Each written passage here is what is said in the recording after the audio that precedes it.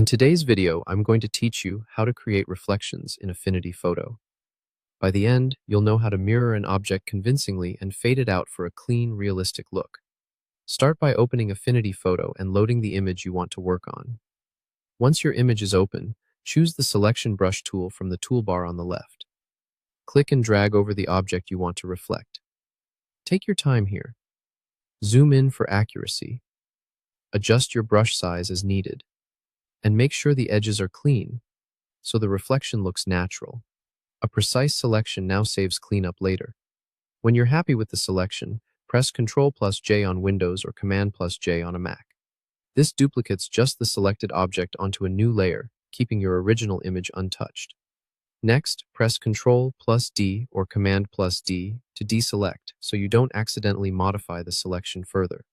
Select the Move tool from the left toolbar. On the canvas, right-click directly on the duplicated object. Hover over Transform in the context menu, then choose Flip Vertical. This mirrors the object perfectly. Now drag the flipped object downward so it sits directly below the original, like it's reflecting off a surface. Align it carefully. If your subject is sitting on a flat plane, try lining up the base of the original with the top edge of the reflection. Use the Move tool to rotate the reflected layer slightly if needed, matching the angle and perspective of the original so it feels grounded in the scene. With the reflected layer still selected, click the mask layer icon at the bottom of the Layers panel, the one that looks like a circle inside a square.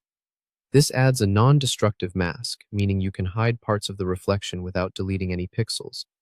Now, choose the Gradient tool from the left toolbar. Click near the center of the reflection and drag downward.